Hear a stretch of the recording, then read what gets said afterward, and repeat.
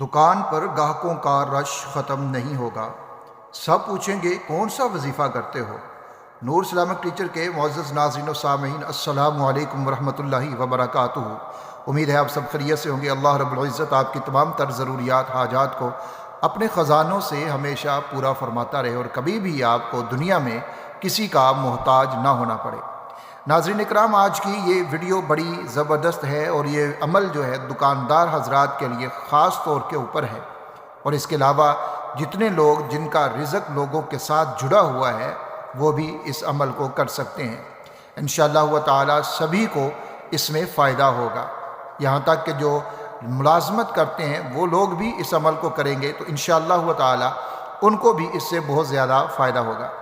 ناظرین اکرام، ویڈیو کی طرف بڑھتے ہیں اس سے پہلے گزارش یہ ہے، اگر آپ ہمارے چینل پہ نئے ہیں تو چینل کو سبسکرائب ضرور کیجئے اور ویڈیو کو آگے شیئر بھی کیجئے تاکہ دوسرے لوگ بھی استفادہ کر سکیں۔ ناظرین اکرام، چند چیزیں ہیں جن کو سمجھنا یہ ہمارے لیے انتہائی ضروری ہے۔ سب سے پہلی، کوئی بھی مرض ہو، جب تک اس مرض کی صحیح تشخیص نہیں ہوگی تب تک اس کا صحیح علاج بھی ہم نہیں کر سکتے۔ اگر تو ہمیں مرض کی صحیح تشخیص ہو جاتی ہے تو پھر اس کا علاج کرنا بہت آسان ہو جاتا ہے۔ کیا ہم نے کبھی سوچا، کبھی غور کیا اس بات کے اوپر کہ ایسا کیوں ہے کہ ہمارے رزق میں برکت نہیں ہے، ہمارے کاروبار میں برکت نہیں ہے، جو بھی کام ہم کرتے ہیں اس میں برکت نہیں ہے؟ اس کی سب سے بڑی وجہ جو قرآن و سنت سے ہمیں معلوم ہوتی ہے وہ یہی ہے کہ ہم نے اپنا تعلق اپنے خالق مالک اپنے رازق سے توڑ رکھا ہے۔ ہمارا تعلق اللہ رب العزت کے ساتھ مضبوط نہیں ہے۔ جب تک اپنے مالک کے ساتھ تعلق مضبوط نہیں ہوگا تب تک ہم کس طرح کامیابی حاصل کر سکتے ہیں؟ اور یہ دنیا کا بھی اصول ہے۔ دنیا میں آپ دیکھتے ہیں کہ جہاں پر آپ کام کر رہے ہیں، چاہے آپ ملازمت کر رہے ہیں یا پھر آپ کہیں پر کوئی بھی مزدوری کر رہے ہیں، اگر آپ کا تعلق آپ کے مالک کے ساتھ، جو اس کارخانے کا، اس فیکٹری کا، اس کمپنی کا مالک ہے، اس کے ساتھ آپ کا اچھا تعلق ہوگا تو وہاں پر آپ کی ترقی کے امکانات بھی ہوں گے، آپ کو سہولیات بھی ملیں گی، آپ کی مرضی کے ساتھ آپ کو چھٹی بھی مل سکتی ہے۔ لیکن اگر کوئی ملازم، کوئی مزدور اپنے مالک کو جس کے ساتھ وہ کام کر رہا ہے اس کو ناراض کر دیتا ہے یا اس کے ساتھ اس کا اچھا تعلق نہیں ہوتا تو پھر اس کی ترقی کے چانس وہاں پر نہیں ہوتے اور وہاں پر اس کو اس کی مرضی کے مطابق چھٹی بھی نہیں دی جاتی۔ بالکل اسی طرح جب تک ہم اپنے مالک، اپنے رزاق، اپنے خالق اللہ رب العزت کو راضی نہیں کریں گے تب تک یہ دنیا ہمارے لیے بہت مشکل ہو جائے گی، کیونکہ اس میں جو مسائل آتے ہیں وہ ہمارے اعمال کی بنیاد کے اوپر آتے ہیں۔ خالق کائنات نے قرآن مجید میں یہ ہمیں بتایا ہے اور بڑا واضح طور کے اوپر بتایا ہے کہ تم اگر میرے ذکر سے منہ موڑو گے، میرے ذکر کو چھوڑ دو گے تو پھر رزق، معیشت تمہارے اوپر تنگ ہو جائے گی۔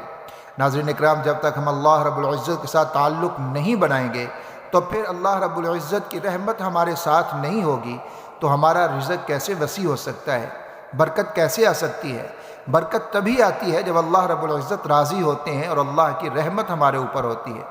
پہلی وجہ جو ہمارے معاملات خراب ہیں اس کی پہلی وجہ یہی ہے کہ ہم نے اپنے خالق مالک سے ذکر نہ کرتے ہوئے تعلق کو توڑ رکھا ہے۔ دوسری چیز کو اگر ہم دیکھتے ہیں تو ہم اپنے رزق کے اوپر صرف اپنا ہی حق سمجھتے ہیں، یعنی جو ہم نے کمایا اس کو سمجھتے ہیں کہ یہ ہمارا حق ہے، اس کے اوپر کسی اور کا حق نہیں ہے، حالانکہ ایسی بات نہیں ہے۔ قرآن مجید کا اگر آپ مطالعہ کرتے ہیں، اگر آپ احادیث مبارکہ کا مطالعہ کرتے ہیں، آقا علیہ الصلوۃ والسلام کی سیرت طیبہ کا مطالعہ کرتے ہیں، اصحاب رسول، آل رسول، اولیاء اکرام کا اگر آپ ان کی زندگیوں کا مطالعہ کرتے ہیں، آپ کو معلوم ہوگا کہ وہ لوگ کبھی بھی اپنے پاس آئے ہوئے رزق کے اوپر صرف اپنا حق نہیں سمجھتے تھے، اس کے اوپر دوسروں کا حق بھی اسی طرح سمجھتے تھے جس طرح اپنا سمجھتے تھے۔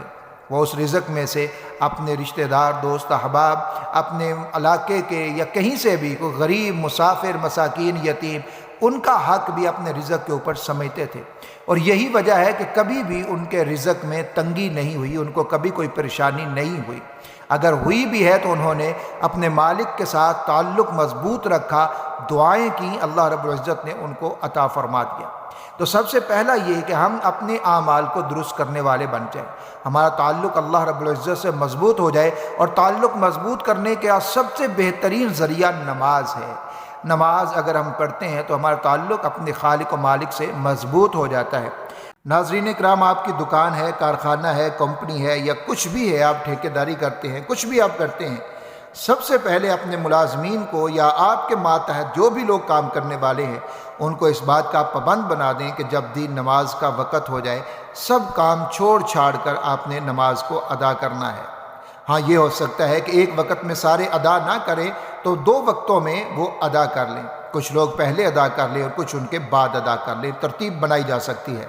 نماز سبھی لوگ ادا کریں، دکان پہ چاہے 1 ملازم ہے یا 20 ملازم ہیں، کارخانے میں، کمپنی میں چاہے ملازم ہیں، جہاں پر بھی ہیں یہ اعلان ہونا چاہیے اور بڑی سختی کے ساتھ ہونا چاہیے کہ جو بھی اس فیکٹری میں، اس کارخانے، اس دکان کے اوپر کام کرے گا اس کے لیے نماز پڑھنا یہ لازم ہے۔ نماز کی پابندی کروائیں۔ آپ اپنے ملازمین سے نماز کی پابندی کروانا شروع کر دیں گے تو پھر دیکھیے گا کہ آپ کا کارخانہ، آپ کی دکان، آپ کا کارخانہ، آپ کی کمپنی، آپ کی دکان پھر کہاں سے کہاں پہنچ جائے گی۔ اللہ رب العزت کیسی ترقی اس کو عطا فرما دیں گے۔ پہلی بات یہ ہے کہ اس کو آپ نے غور کرنا ہے اور اس کے اوپر عمل بھی ضرور کرنا ہے، اس کی برکتیں آپ کو ضرور نظر آئیں گی۔ دوسری چیز، آمدن کا مخصوص حصہ صدقہ کے لیے وقف کریں۔ جتنی بھی آپ کی آمدن ہے، چاہے آپ روزانہ کا 100 کماتے ہیں یا پھر آپ 100 کروڑ کماتے ہیں، جو بھی آپ روزانہ کماتے ہیں یا پھر آپ کا ہفتے کے بعد حساب ہے یا مہینے کے بعد ہے، جس طریقے سے بھی آمدن آپ کے پاس آ رہی ہے، آپ کما رہے ہیں، تو پھر اس میں سے اللہ رب العزت کے راستے کا مخصوص حصہ رکھ دیں کہ میں نے اتنے % اللہ رب العزت کے راستے میں خرچ کرنے ہیں۔ وہ خرچ جہاں بھی آپ کر سکتے ہیں، مسجد میں، مدرسہ میں، کسی بھی غریب یتیم کو دے سکتے ہیں، کسی کے گھر راشن یا کسی کا علاج کروا سکتے ہیں، جو بھی آپ مناسب سمجھے اس طریقے سے آپ اس حصے کو خرچ کر سکتے ہیں۔ آپ نے اس آمدن کے مخصوص حصے کو جو آپ نے نکال رکھا ہے اس کو آپ نے خرچ کرنا ہے اللہ رب العزت کے راستے میں۔ یہ 2 پہلے بنیادی کام ہیں، ان کے اوپر اگر آپ عمل کرنے لگ جاتے ہیں تو یقین مانیے آپ کا کاروبار زمین سے آسمان تک پہنچ جائے گا۔ اگر آپ لاکھوں میں کما رہے تھے تو اللہ رب العزت آپ کو کروڑوں عطا کریں گے انشاءاللہ تعالی۔ تجربہ شرط ہے، اس کو کر دیکھیے اور پورے یقین کے ساتھ کیجیے، پورا توکل رکھتے ہوئے اللہ رب العزت کی ذات کے اوپر پورا بھروسہ رکھتے ہوئے یہ 2 کام ان کو لازم۔ اس کے بعد 2 عمل آپ نے کرنے ہیں جن کو آپ وظائف کہہ سکتے ہیں۔ پہلا، استغفار کی کثرت کرنی ہے۔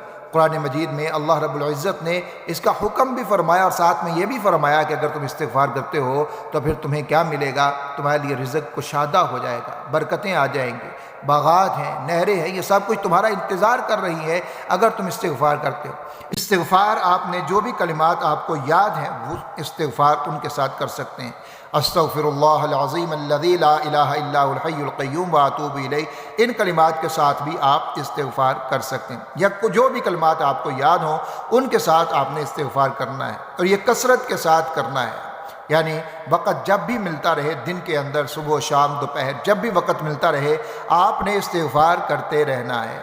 دوسرے نمبر کے اوپر درود شریف کی کثرت آپ نے کرنی ہے۔ دوسرا کام یہ ہے کہ آپ نے درود شریف کی کثرت کرنی ہے۔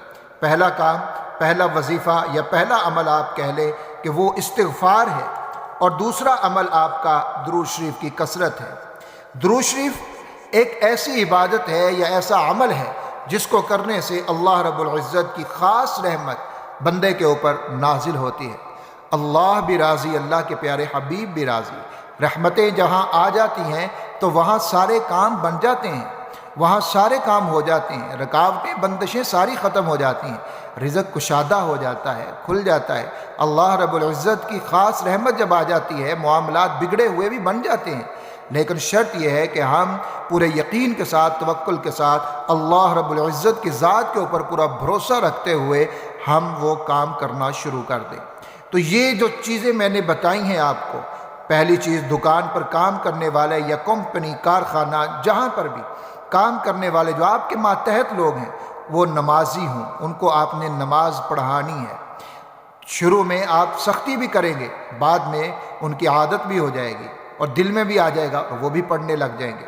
دوسرا، مخصوص حصہ آمدن کا آپ نے صدقہ کر دینا ہے، ایک خاص حصہ آپ نے مخصوص کر دینا ہے کہ یہ میں آمدن کے اتنے 2%، 3%، 5%، یہ جتنا بھی آپ آسانی سے کر سکتے ہیں، یہ میں نے ہر مہینے یا ہر ہفتے یا ہر روز میں نے یہ صدقہ کرنا ہے۔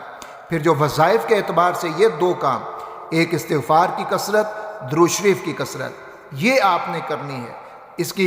اس کا طریقہ آپ یوں بھی کر سکتے ہیں کہ صبح آپ نے 10-15 منٹ استغفار پڑھا، پھر آپ نے 10-15 منٹ درود شریف کر لیا، پھر اسی طرح دوپہر میں، پھر شام میں، جب جب وقت ملتا رہے، جب جب فارغ بیٹھے ہوں تو پھر درود شریف اور کبھی استغفار، ان دونوں کو باری باری ایک ایک تسبیح نکالتے رہے۔ انشاءاللہ تعالی اگر آپ اس طریقے سے کریں گے تو یقیناً لوگ آپ کو آ کے ضرور پوچھیں گے کون سا کام کرتے ہو صاحب کہ یہاں تک تم پہنچ گئے، اللہ رب العزت نے اتنا کیسے نوازا ہے۔ اور یہ اسی طرح ہوگا جب ہم اپنے خالق مالک کو راضی کریں گے، اس کی رحمتیں ہماری طرف متوجہ ہوں گی، تو پھر دیکھیے گا کس طریقے سے ہمارے وارے نیارے ہو جاتے ہیں۔ ویڈیو کو شیئر ضرور کیجیے گا تاکہ دوسرے لوگ بھی استفادہ کر سکیں۔ اللہ حافظ۔